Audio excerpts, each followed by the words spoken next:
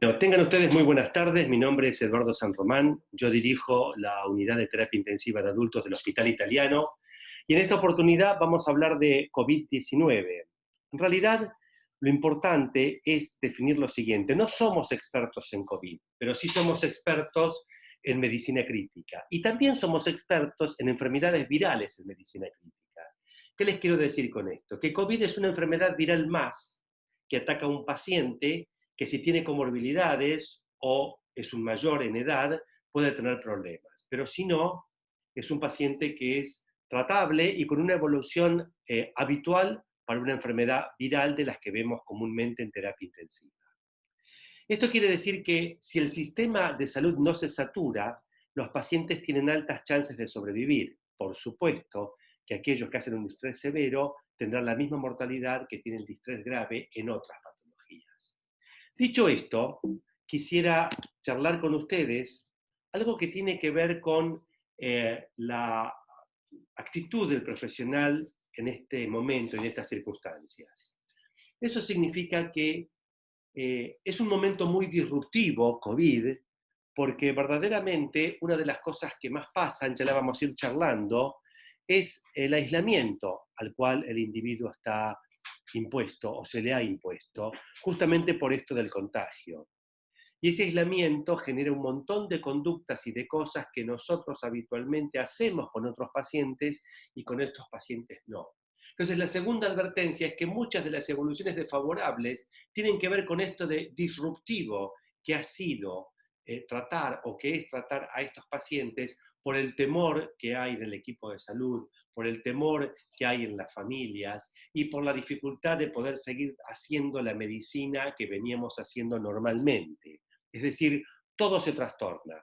Llevarlo a hacer una imagen es complicado, sacar laboratorio es complicado y por supuesto la asistencia diaria, como puede ser inclusive el decúbito prono, o utilizar algunos dispositivos tan amables como puede ser la ventilación no invasiva, que en estos casos están severamente cuestionados, no porque no sirvan, sino porque la aerosolización pone en riesgo al personal, y ustedes saben que en el mundo, y sobre todo en América Latina, hay muy pocas habitaciones que tengan un recambio de 12 veces por hora del aire a presión negativa, y entonces la aerosolización es un freno para el normal desenvolvimiento de las maniobras sobre la vía aérea.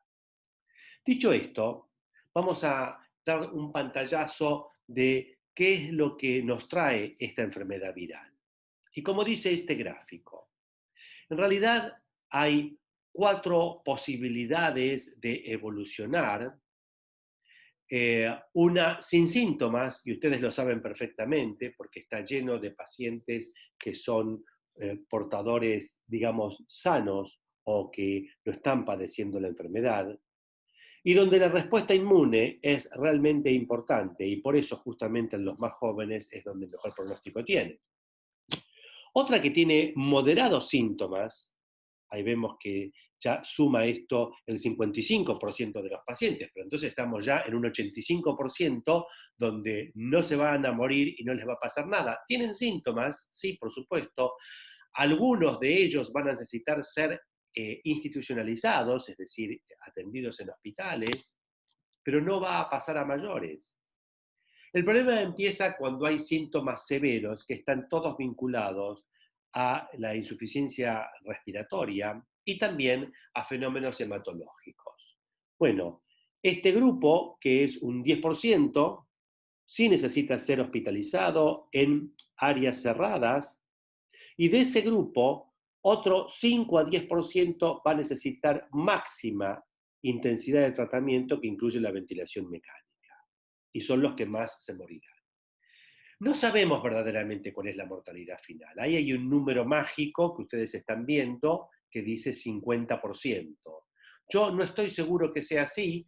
Recientemente los datos, no de China, sino de Nueva York, definen que la mortalidad hasta ahora en una población de 5.000 pacientes o más que requirieron ventilación mecánica, en aquellos que tuvieron ventilación mecánica fue del 25%, lo cual es más que razonable. Razón por la cual tenemos que estar atentos a que a esta enfermedad se le pueden hacer muchas cosas y verdaderamente si uno conoce un poco más de la fisiopatología, nos irá mejor.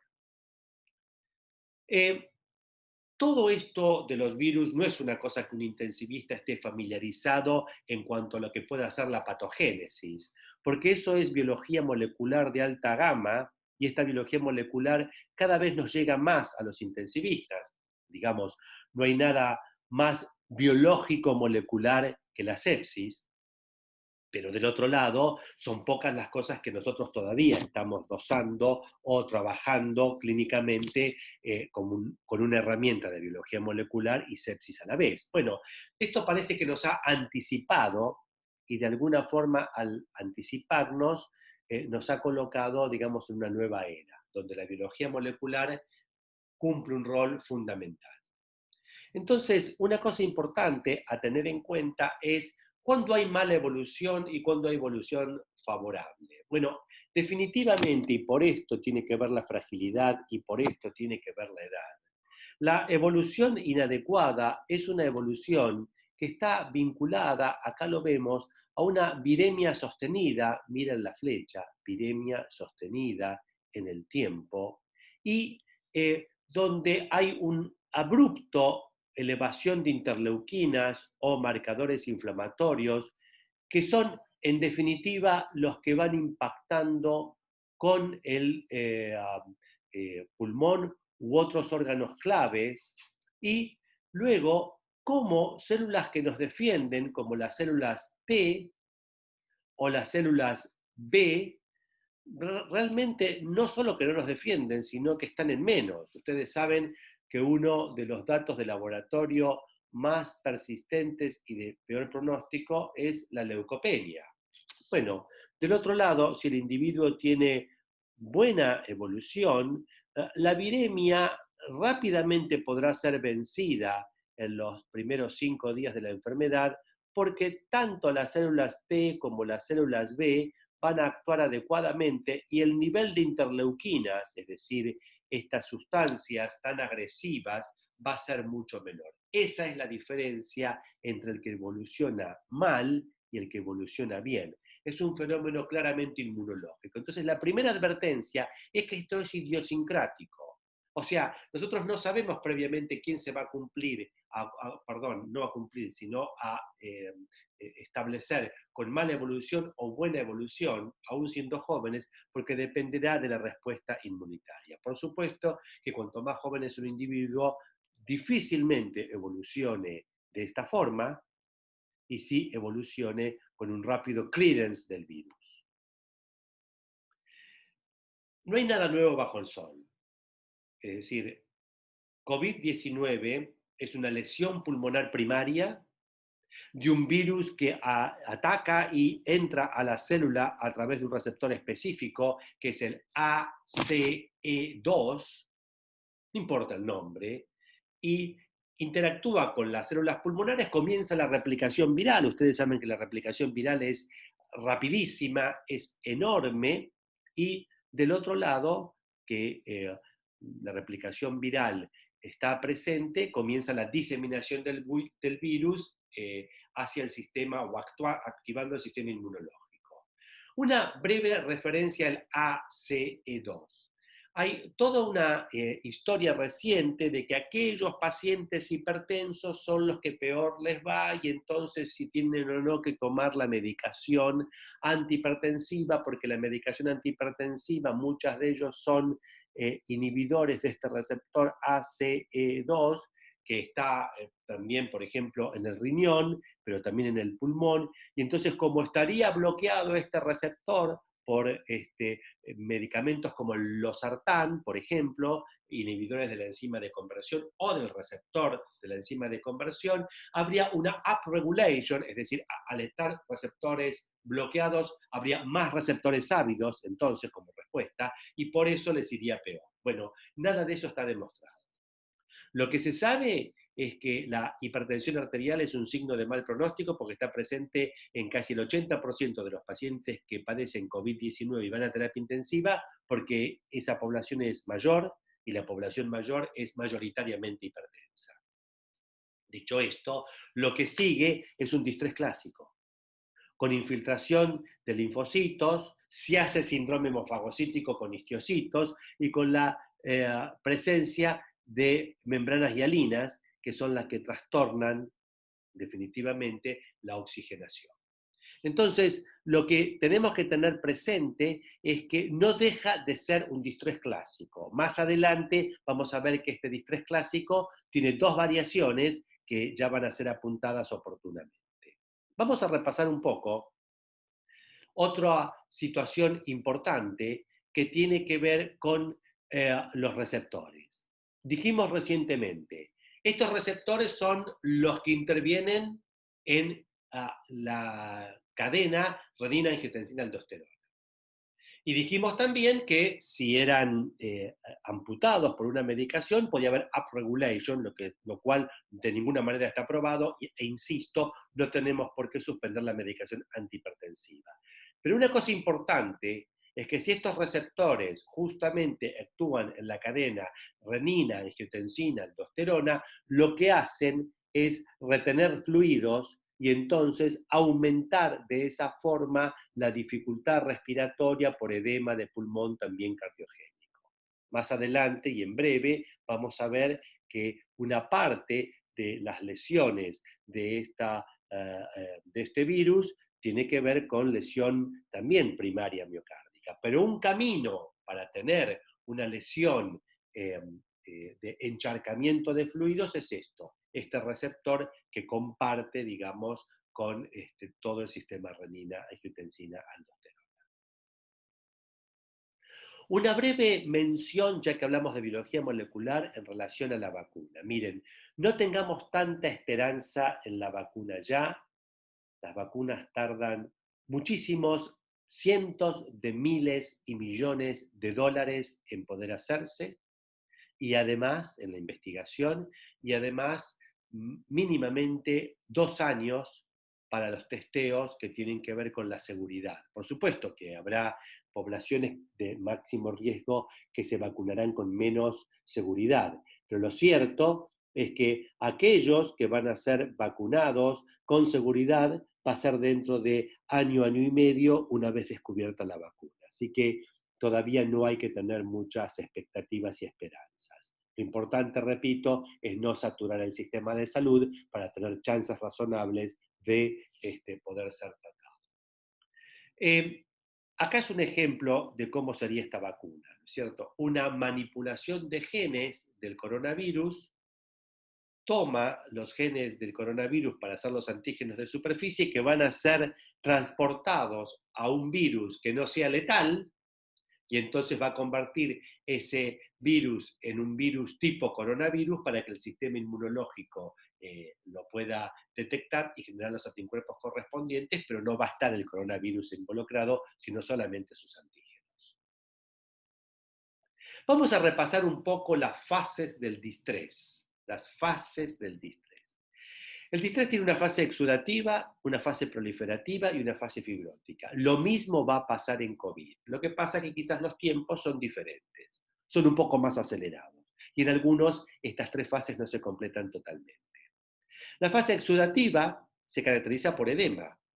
La fase proliferativa se caracteriza por la membrana hialina y la fase fibrótica por la inflamación en curso, que termina, por supuesto, cuando la inflamación no se resuelve adecuadamente, en fibrosis, y esta es una de las situaciones que estamos empezando a escuchar, que quizás estos pacientes terminen con una secuela de fibrosis pulmonar. Todavía no hay suficiente cantidad de seguimiento de estos pacientes, porque esto empezó básicamente en diciembre, como para pensar si dentro de un año esos individuos van a tener fibrosis o no.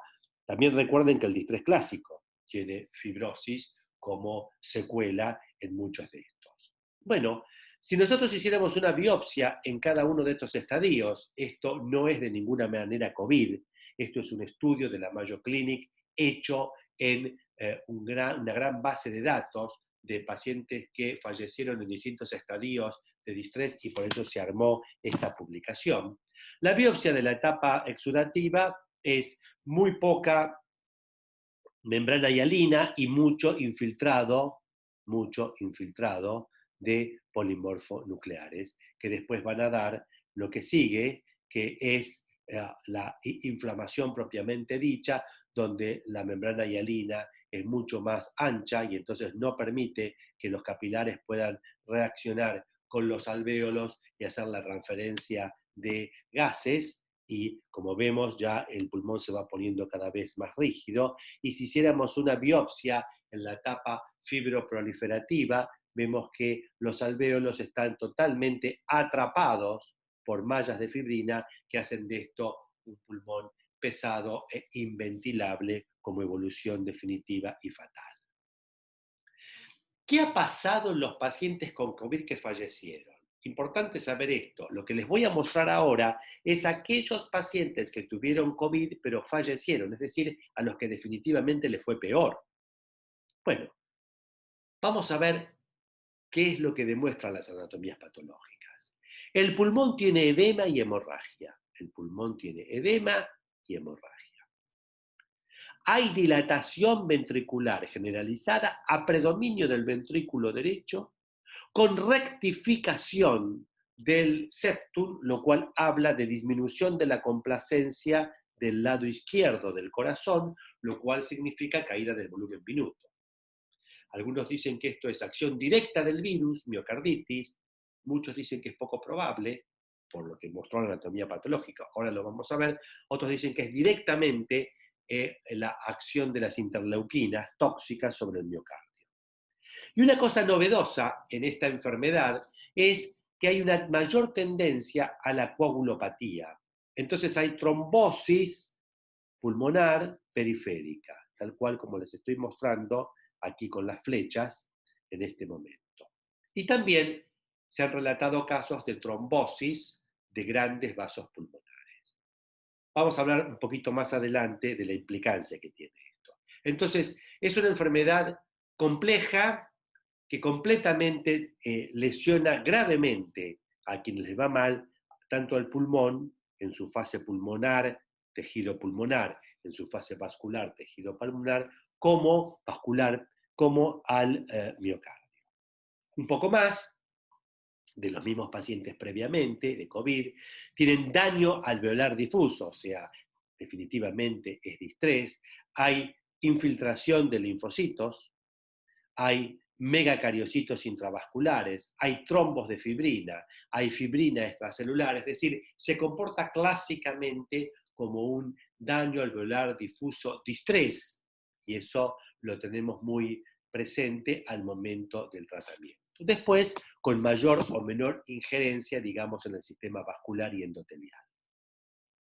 Y en el corazón, estas son las biopsias de estos pacientes, hay lesión degenerativa del cardiomiocito o del músculo cardíaco, también asociado a daño microvascular y a necrosis. O sea, parecería ser que COVID, tanto en el pulmón como en el corazón, tiene un efecto extra, que es que al generar microtrombosis, genera entonces mayor lesión y necrosis. Pero recuerden que esto es en aquellos pacientes que definitivamente les va mal, porque estas son anatomías patológicas de fallecidos. Y también hay lesión directa del alveolocito, tal cual como se ve ahí. Entonces, hasta ahora COVID es una infección viral con ataque primario al pulmón, pero que se comporta como un síndrome mal adaptativo inmunológico. Entonces, produciendo a la vez daño pulmonar y produciendo a la vez daño microangiopático y trombosis. Vamos a charlar un poco ahora de cuáles son las poblaciones vulnerables. Bueno, miren, estos son los primeros trabajos en China. Recuerden que no por necesariamente ser prejuiciosos, que no debemos serlo, pero estas enfermedades, o todas las enfermedades, no son iguales en todas partes del planeta. Definitivamente no son iguales. A ver, ¿por qué no son iguales? Y porque nadie sabe cómo se va a comportar el COVID frente a gente que vive a 4.000 metros de altura, como por ejemplo en la ciudad de La Paz. o cómo se va a comportar el COVID frente a la gente que vive a nivel del llano, como puede ser el Caribe. Son cuerpos y biologías diferentes. Entonces hay que tener mucho respeto y en poder observar qué es lo que está pasando, no con el prejuicio de creemos o no creemos a determinadas publicaciones, sino que podemos ser diferentes. Hasta ahora lo que se sabe, y esto sí se cumple en todo el mundo, que hay una línea divisoria, que aquí la ven muy clara, que se repite en todo el mundo, es que si uno no llega a los 50 años de edad, difícilmente le pase algo malo, ni siquiera sea hospitalizado. Eso tiene mucho que ver, muchísimo que ver, con la posibilidad de un sistema inmunológico adecuado. Ahora bien, a partir de los 50 años de edad, pero sobre todo a partir de los 60, comienza a haber muchos más pacientes que requieren internación, por un lado, y por otro lado, además de requerir internación, terminan en terapia intensiva, sobre todo los muy mayores, donde más mortalidad se encuentra. Eso es importante tenerlo presente.